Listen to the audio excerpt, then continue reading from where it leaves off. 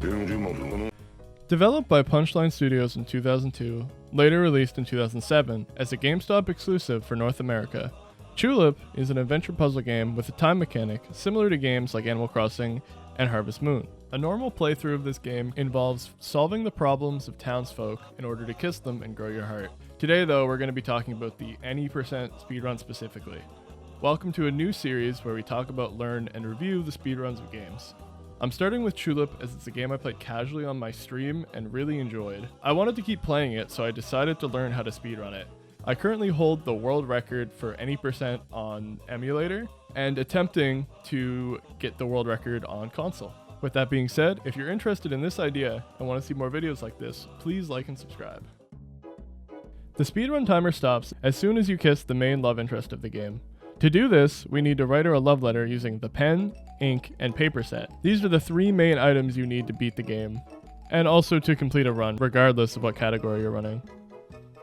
The main mechanic of the speedrun involves a trick called kiss buffering, a fairly simple glitch involving hitting the menu and kiss button at the same time while being close enough to interact with any NPC, then consuming any item that damages you. Doing this puts you in a state where you can walk around with a text box open, disabling load zones, allowing you to clip out of bounds and reach areas you normally wouldn't be able to. With this alone, we are able to skip massive chunks of the game. Something to note about this glitch is you will take the damage of whatever item you eat, as well as the damage from attempting to kiss the NPC. These numbers vary depending on both the item consumed as well as the NPC. It's fairly easy to get down consistently, but since it uses an item, messing it up usually is a run killer. In fact, this game has a lot of ways to kill your run. After doing the unskippable prologue, which takes about 15 minutes, you have to dig in trash cans to find your damage items that you'll need for the run. There are two outside your house in the main area, and the one on the other side of town. These are RNG, and you can pull a lot of different things, most of them being useless or straight up harmful, and checking a can takes a lot of time. Luckily, the can on the other side of town is very likely to spawn frogs, which is a consumable that damages you. But of course, that takes longer, as you have to go through the cutscene to actually get there, and even then, it's not guaranteed. So you could have to reset multiple times before you even get a decent run going. Now, to be fair, most of the time your RNG will be good enough that you don't have to reset, unless going for the world record. But heavy RNG right at the start of the run is annoying, although having RNG at the end of the run would be much worse, which we'll get to later.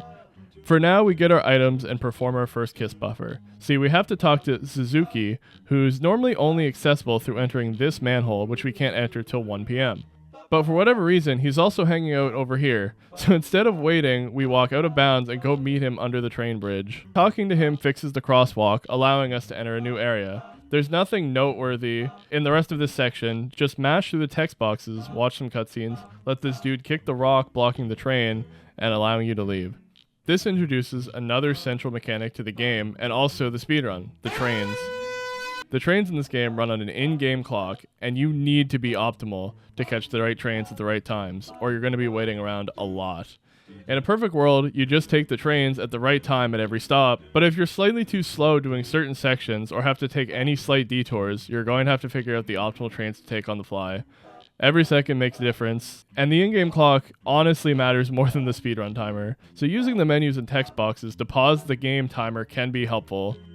So we wake up, starting the day, and run to the train station, checking this trash can if we still need some damaging items.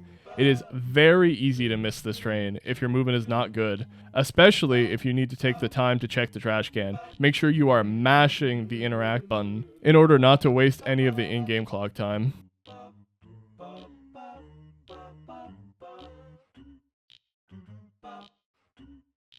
As long as you're fast enough, you can buy this train ticket, take the train to Worldly Desire Temple.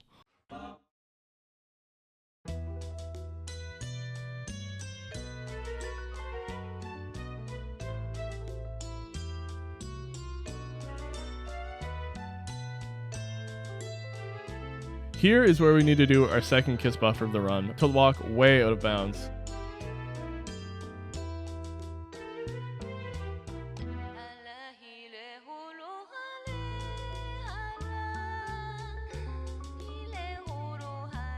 Luckily for us, for whatever reason, I assume for the purpose of moving around the game to test things easier, the devs left one of every comic in the game and a permanent train pass out of bounds. The comics are used at any train station in order to advance time 4, 8, and 12 hours respectively. If you're running the Japanese version, it can be hard as you will have to memorize which comic is which. We grab these twice. Interacting with this also skips the whole quest in this area. Navigating up here can be kind of confusing, but using the landmarks below, we can make it easier.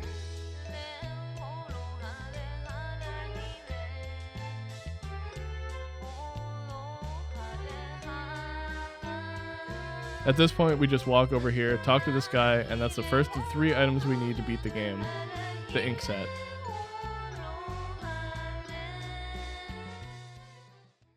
To get out of the skybox area, we hit the loading box for these stairs. The perspective can be kind of weird. You just kind of line yourself up with this cobble wall next to the stairs. Take note of the in-game timer. It should be around 1 p.m. Grab the secret hot potato behind the shrine. This is very useful as it's a full heal due to your low max health. At this point in the run though, pretty much every NPC will kill you in 1 hit anyway, full health or not. It is very useful for comic RNG however, as sometimes the comic is so bad you'll take 4 damage from it. Once we walk down here, depending on how fast you were, you'll have to wait. There's no way around this.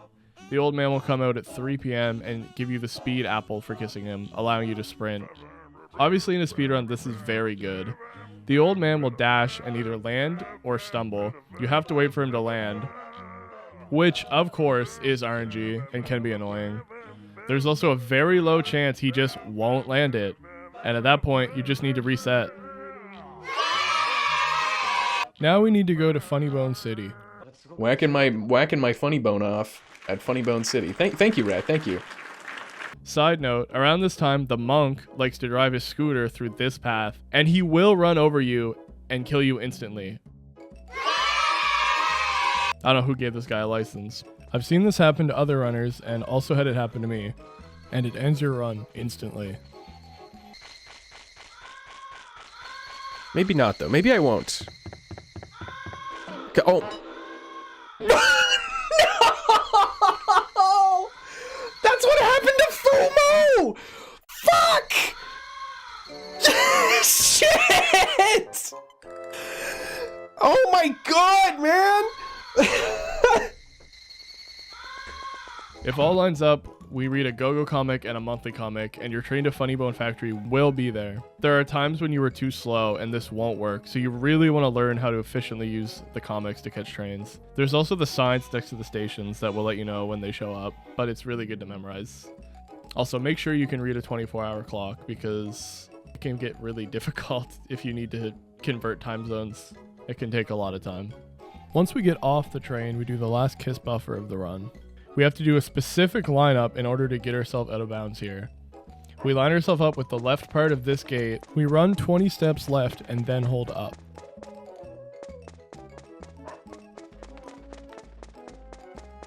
Once we get to around here, we hold right and tap down every couple seconds and we make it out of bounds. Now we have to hit the loading zone to get into the vault, skipping this entire section. There are 2 main ways to do this. The easiest is to line up with this small patch of grass and this sign and hold down. Once the camera changes, we walk to the left side to about here and we're in. The faster way is to do this without the lineup, running just enough off screen for your foot and hand to stick out. If done in the right spot, we'll walk right into the loading zone. With some practice, it's relatively consistent, but it's easy to be slightly off, which will make it slower as you'll have to run back, and more importantly, it'll mess up your train cycle. At this point, the vault door is wide open, so we take the card, show this guy, and he'll give us the love letter set, the second item we need. Now we just take the train and leave. This is why it's important to do this relatively quick. You can miss this train if you take too long, and you'll have to fix it with comics and or waiting around. After reading a comic and taking a couple more trains, we enter the last new area of the game, Scarecrow Field. Remember that RNG late in the run I mentioned? Yeah, this is it. We need to pull a fridge from this trash can. Basically in this section, there's an alien and we need to help him get home. To do this, we need to give him a few items. In a normal playthrough, we'd have to translate what he's saying with dictionaries to figure out what items he's looking for. but it's the same every time. He needs a frying pan, computer, and fridge. The frying pan is pretty easy to pull from one of the trash cans near the start of the game, and we get a few chances to pull from them, making it extremely unlikely that we won't get one. The computer we buy from Mr. Cheappot, selling our permanent train pass and some comics in order to afford it. But this fridge can only be pulled from here, and we get limited chances to roll for it. If we don't pull it here, we get one more chance when we come back. If we don't get it, that's it. You can technically take some extra time to save here, which allows you to reload and keep rolling for the fridge, but it's really slow and only worth it if you're trying to just finish a run, as it takes minutes to even set up. So after trying once for a fridge, hopefully we get it, we run over to this fence and wait. Eventually Sniper will walk up, and as long as you don't move, he won't shoot you. If you do move, he will instantly kill you. Sniper's hobby is fixing clocks, so kissing him will get him to fix the clock in your house, which we need to save a ton of time later.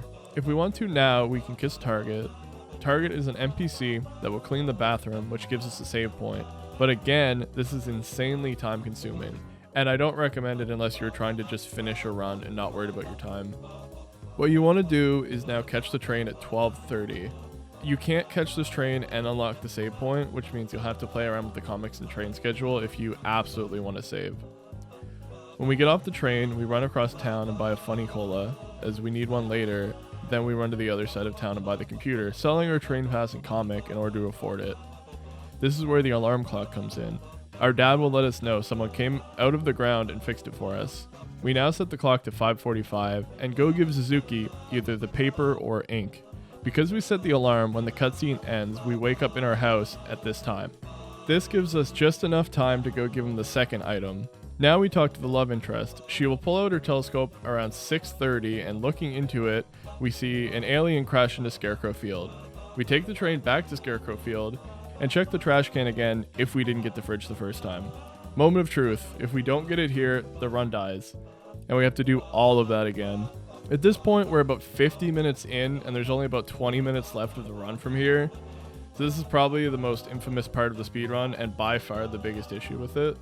If you were lucky enough to get it, however, you're in the home stretch now. We give the alien all 3 items, then follow him up the communication tower. To make the machine work, we need to use a funny cola on it.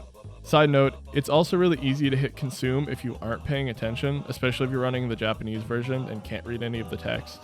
And at that point, you're just kind of doomed. There's actually an issue with the English translation of the game at this part. Nowhere in the game does it actually tell you that you need to use a funny cola on this machine, as when they were translating the game, they forgot to put it in. At least they put it in the manual, I guess. Great job, Natsume. Putting in the correct pattern here will allow you to signal the aliens to take him home. If you put this in wrong, they will shoot you and you instantly die. Luckily, it's the same pattern every time and pretty easy to memorize. We also have to make sure we actually talk to the teacher to get the last item. If you get ahead of yourself, you can forget to grab it and you'll have to come back, which is a huge hassle and would add minutes to your time. Now, after reading a Go-Go comic, we wait for the same 12 o'clock train we took from earlier and get on. Run across town and give Suzuki the last of the 3 items. Then go talk to Suzuki one last time to write the good love letter, and run to the park. We run into the park, jump into the pit, which Undertow would shamelessly rip off 13 years later. Time for a little more RNG. Holding down on this specific part of the stairs will clip us way into the air out of bounds. Why this works, we don't actually know. There's not really any specific trick to this, we just hold down and eventually he will clip. It could be instant, it could take 5 minutes, it usually takes about 1 or 2.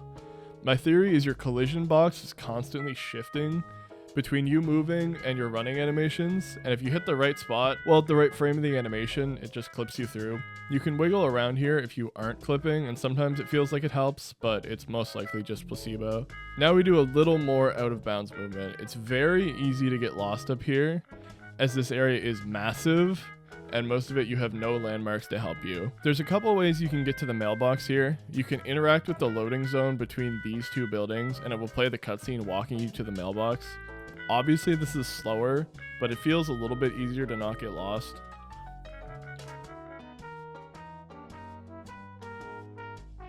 The best thing you can do is hold down until your character is near these stairs.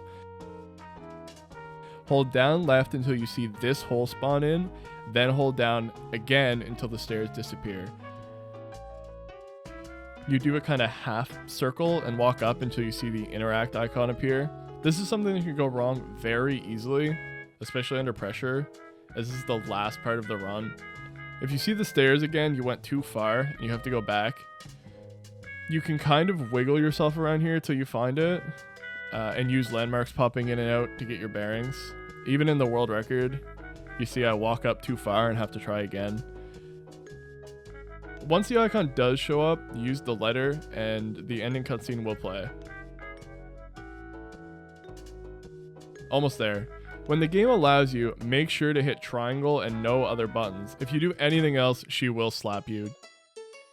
And that's it. That's the Chulip any % speedrun. While it's not the worst I've seen, the speedrun can be quite brutal and out of your control due to a lot of RNG. If that's not something that bothers you, I would recommend giving it a try. The speedrun tricks itself are very easy to just pick up and learn. And it's pretty easy to just pick up and complete a run. It also allows for a lot of room for time save and improvement. You could probably launch up the game now and clip yourself out of bounds in a few minutes. The difficulty of the run comes from being able to really optimize your out of bounds movement well and line yourself up properly with the train schedules, as well as being able to manipulate the in-game clock if needed. The world record is far from optimal. I would love to see someone push the run sub 1 hour. If you're interested in watching a live run or have any questions, make sure to check out my stream at twitch.tv/fumohamster or join my Discord. I'd be happy to answer any questions you have there, as well as the Chulip Speedrun Discord. With that being said, I really hope you guys enjoyed this video. This is something I'd like to do more of. My idea is to actually learn a speedrun and give a breakdown of how easy it is to learn from my standpoint, as well as breaking down the run itself, and if it's worth giving a try or not. If that's something you're interested in, make sure to like and subscribe, as well as check out my Twitch like I said. It would really mean a lot to me. And if there's any particular game you have in mind, feel free to let me know in the comments. And with that being said, I hope you all have a good one. Peace.